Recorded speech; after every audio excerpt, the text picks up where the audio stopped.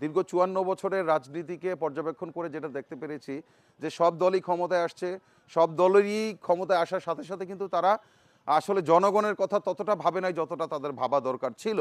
তারা নিজেদেরকে নিয়েই বেশি ব্যস্ত ছিল। দুর্নীতি, অনিয়ম আর চাঁদাবাজি কোনো সরকারের আমলেই বন্ধ ছিল না, সকল সরকারের আমলেই চলমান ছিল। তো যেহেতু এবার দাঁড়িপাল্লা নতুন প্রতিশ্রুতি নিয়ে এবং দাঁড়িপাল্লার সাথে আরও যে বিভিন্ন দল আছে, সবগুলো দলই কিন্তু তারা নতুন, তারা চাচ্ছে দেশে নতুন কিছু নিয়ে আসতে, তারা চাচ্ছে দেশকে সংস্কার করার জন্য।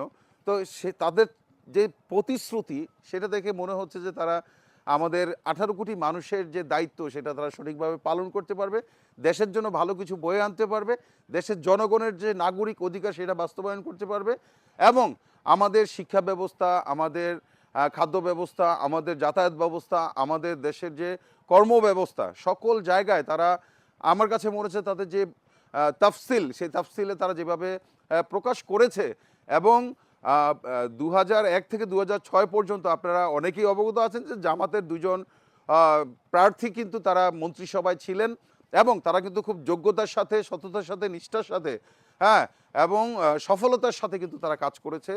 তাদের বিরুদ্ধে কোনো দুর্নীতির অভিযোগ কিন্তু বাংলাদেশে কেউ উপস্থাপন করতে পারে নাই। আরও একটা ছোট্ট মেসেজ আমি আপনাদেরকে দিতে চাই। অনেকেই আপনারা বলেন যে বর্তমান প্রশাসন থেকে শুরু করে সব কিছু এনসিপি এবং জামাতের অধীনে, মানে তত্ত্বাবধানে। তাহলে বর্তমানেও কিন্তু বাংলাদেশের বিভিন্ন বাস স্ট্যান্ড বলেন, ফুটপাত বলেন, বিভিন্ন জায়গায় চাঁদাবাজি হচ্ছে, বিভিন্ন ফ্যাক্টরিতে চাঁদাবাজি হচ্ছে, সেগুলোতে তা কোনোভাবেই কিন্তু জামাতের কিংবা এনসিপির নাম প্রকাশ পাচ্ছে না, সেখানে কিন্তু আমরা অন্যদের নাম শুনতে পাচ্ছি। আমি কাউকে কাদা ছুড়াছুরি করতে চাচ্ছি না, আমি সবাইকে সম্মিলিতভাবে দেশের উন্নয়নে কাজ করার জন্য আহ্বান করব।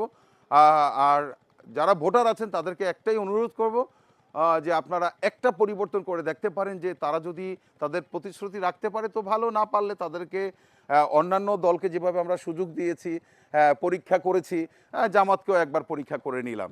ধন্যবাদ।